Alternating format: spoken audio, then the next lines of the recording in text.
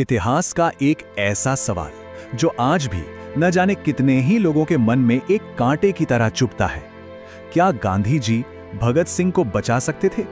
तो चलिए आज इसी ऐतिहासिक बहस की बिल्कुल तह तक चलते हैं।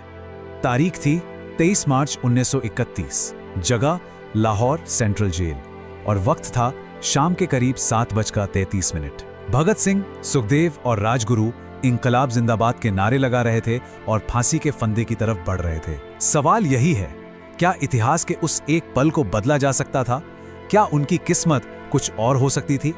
अब इन दो तारीखों को देखिए, इनके बीच फर्क था सिर्फ 18 दिनों का। सिर्फ 18 दिन। एक तरफ एक बहुत बड़ा राजनीतिक समझौता हुआ और दूसरी तरफ देश के 3 सबसे जांबाज क्रांतिकारियों को फांसी दे दी गई। ये जो 18 दिन है ना, यही इस पूरी कहानी के बिल्कुल केंद्र में है। तो चलिए सबसे पहले उस माहौल को समझने की कोशिश करते हैं जिसमें ये सब कुछ हो रहा था। और वो माहौल बना था गांधी-इरविन पैक्ट यानी समझौते से।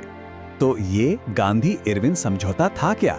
असल में ये एक डील थी महात्मा गांधी और उस वक्त के वाइसरॉय लॉर्ड इरविन के बीच।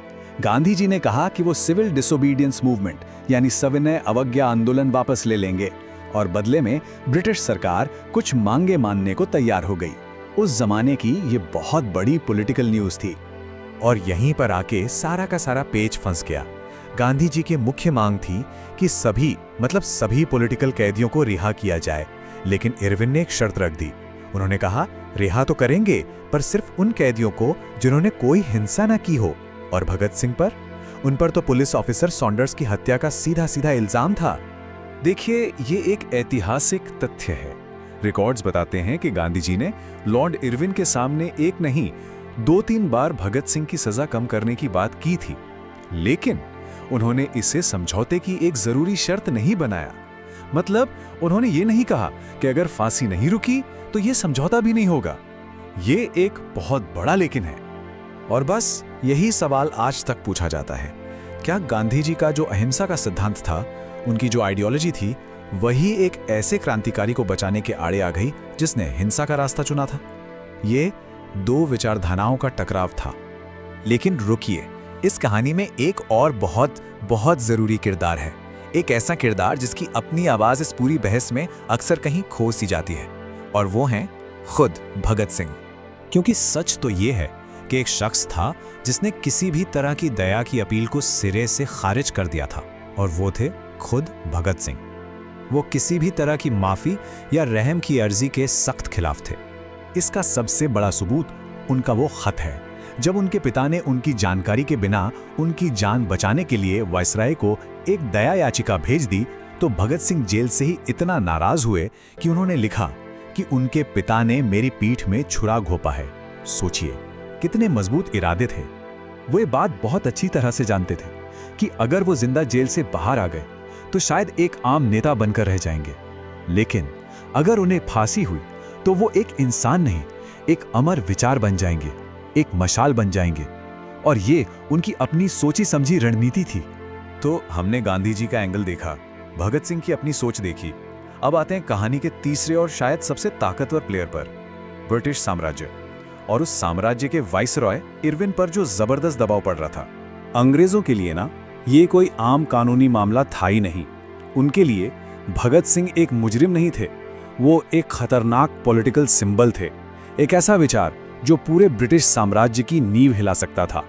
ये एक राजनीतिक जंग थी। जरा सोचिए इरविन पर दबाव कहां से था। एक तरफ पंजाब के कट्टर अंग्रेज अफसर थे जो हर हाल में फांसी चाहते थे, दूसरी तरफ लंदन से साफ साफ आदेश थे कि कोई कमजोरी नहीं दिखानी है। उन्हें यह भी डर था कि अगर हत्या के आरोपी को छोड़ दिया तो उनकी अपनी पुलिस फोर्स बगावत कर देगी। मतलब वो चारों तरफ से घिरे हुए थे। फैसला बदलने की गुंजाइश लगभग ना के बराबर थी। लेकिन शायद इन सबसे बड़ा डर एक और था। ब्रिटिश रिकॉर्ड्स ये साफ साफ बताते हैं कि अंग्रेज सरकार को असल में ये लगता था कि अगर भगत सिंह जिंदा जेल से बाहर आ गए ना, तो उनकी पॉपुलैरिटी गांधी जी से भी कई गुना ज्यादा हो जाएगी और फिर उन्हें काबू करना नामुमकिन हो जाएगा। और ब्रिटिश हुकूमत कितनी डरी हुई थी, इसका सबसे बड़ा सबूत मिलता है फांसी देने के तरीके से। जो कुछ उस रात हुआ वो उनके डर को साफ साफ दिखाता है। देखिए, कायदा ये था, नियम ये था कि किसी भी कैदी को फांसी हमेशा सुबह सूरज उगने के वक्त दी जाती थी। ये तयशुदा रूल था। लेकिन हकीकत में क्या हुआ? भगत सिंह, सुखदेव और राजगुरु के केस में सारे नियम, सारे कायदे ताक पर रख दिए गए। उन्हें 24 मार्च की सुबह के बजाय 23 मार्च की शाम को ही, यानी तय वक्त से पूरे 11 घंटे पहले गुपचुप तरीके से फांसी दे दी गई। और उनकी हड़बड़ी देखिए, शाम को फांसी दी, फिर जेल की पिछली दीवार तोड़ी गई ताकि शवों को चोरी छिपे बाहर निकाला जा सके, और फिर रात के घुप अंधेरे में सतलज नदी के किनारे उनका अंतिम संस्कार भी कर दिया। क्यों? क्योंकि उन्हें जनता के गुस्से का, उनके आक्रोश का जबरदस्त डर था।